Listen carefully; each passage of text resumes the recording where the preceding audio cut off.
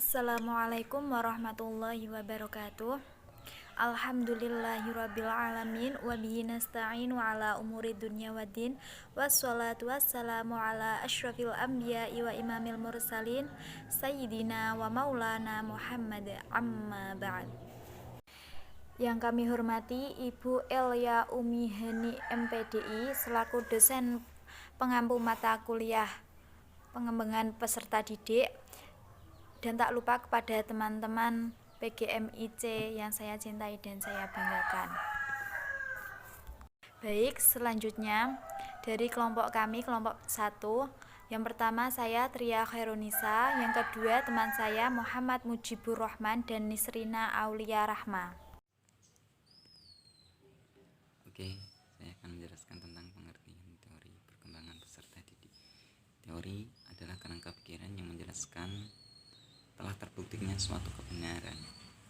Manusia membangun teori untuk menjelaskan, meramalkan, dan menguasai suatu kejadian tertentu. Seringkali, teori dipandang sebagai suatu model atas kenyataan. Teori juga merupakan seperangkat asas-asas yang tertentu tentang kejadian-kejadian tertentu dalam dunia nyata. Lalu, teori perkembangan. Apa sih teori perkembangan?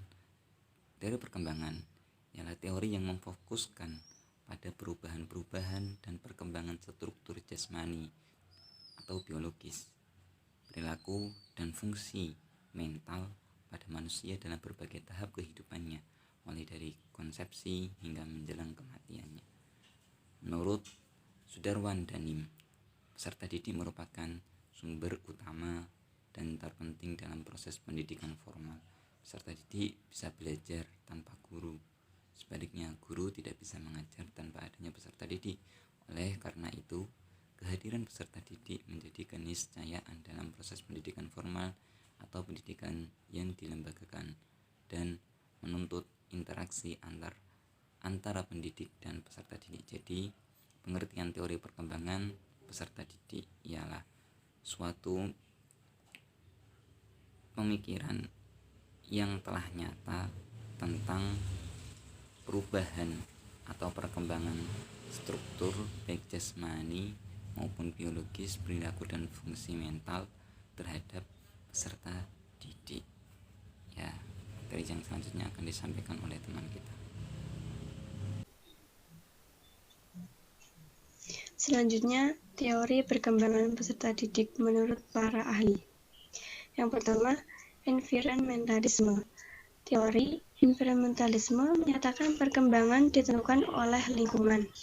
Yang kedua, naturalisme. Teori naturalisme memandang anak berkembang dengan cara sendiri, melihat, berpikir, dan merasa. Yang ketiga, etologis. Etologis adalah studi tentang tingkah laku manusia dan hewan dalam konteks evolusi. Yang keempat, komparatif dan organismik. Perkembangan tidak sekedar mengacu kepada peningkatan ukuran, tetapi perkembangan mencakup perubahan-perubahan di dalam struktur yang dapat didefinisikan menurut prinsip ontogenik. Yang kelima, perkembangan kognitif. Tahapan berpikir manusia sejalan dengan tahapan umur seseorang. Yang keenam, perkembangan moral. Konsep kunci untuk memahami perkembangan moral menurut Albert adalah internalisasi, yaitu perubahan perkembangan dari perilaku eksternal menjadi perilaku yang dikendalikan secara internal. Yang ketujuh, pengondisian klasik. Perkembangan manusia berasal prinsip stimulus dan respon. Yang kedelapan, pengondisian operan. Untuk menemukan teori pengondisian operan sebagai sebuah teori perkembangan Skinner, membuat Skinner box. Di dalam konteks Skinner, mencobakan perkembangan pengetahuan latihan yang disertai dengan reward dan punishment. Yang sembilan, pemodelan. Perkembangan manusia merupakan hasil interaksi antara faktor hereditas dan lingkungan. 10. Sosial historis. Konteks sosial merupakan hal yang sangat penting dalam proses belajar seorang anak. Pengalaman interaksi sosial ini sangat berperan dalam mengembangkan kemampuan berpikir anak. Interaksi antara anak dengan lingkungan sosialnya akan menciptakan bentuk-bentuk aktivitas mental yang tinggi. Yang ke-11, psikoanalistik. Teori ini digagas oleh Sigmund Freud yang menemukan pada pentingnya peristiwa dan pengalaman-pengalaman yang dialami anak, khususnya situasi kekacauan mental. Yang ke-12, psikososial. Teori ini digagas oleh Erikson yang menyatakan bahwa perkembangan terjadi sepanjang kehidupan manusia. Erikson meyakini bahwa setiap tahapan perkembangan berfokus pada upaya penanggulangan konflik. Kesuksesan atau kegagalan menangani konflik dapat berpengaruh pada setiap tahap perkembangan. Yang ke-13, perkembangan bahasa. Kemampuan berbahasa adalah bawaan manusia yang tidak dimiliki makhluk hidup. Kemampuan berbahasa telah dibawa manusia sejak lahir. Yang ke-14, humanistik. Menurut Maslow, pertumbuhan dan perkembangan manusia ditentukan oleh hakikat batin yang esensial dan biologis. Inti batin manusia mendorongnya untuk mencapai perealisasian kemanusiaan seutuhnya. C. Selanjutnya, tahap perkembangan menurut pandangan Islam. 1. Tahap perkembangan manusia dalam ajaran Islam membicarakan tahapan perkembangan manusia dalam Al-Quran dan hadis-hadis Rasul. Allah berfirman dalam surat Al-Furqan ayat 2. 2.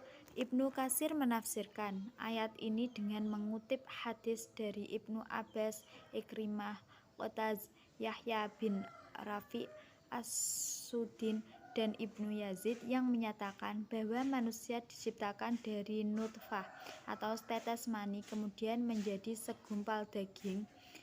Ibnu Katsir. 3. Nabi Muhammad bersabda tentang proses penciptaan manusia. 4.